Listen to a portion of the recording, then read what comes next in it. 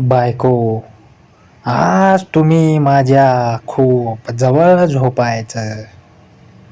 नवरा, खरंच? बायको, हो. नवरा, मग? बायको, पंखा बंद आहे. डास आधी तुलाच चावतील.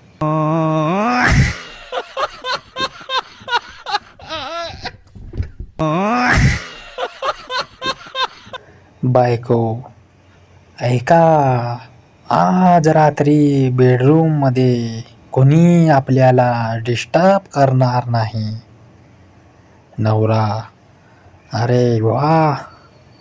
बायको, सगळे झोपलेत. नवरा, मग? बायको, कपाट सरकवायचं आहे. आवाज झालं तर उठतील.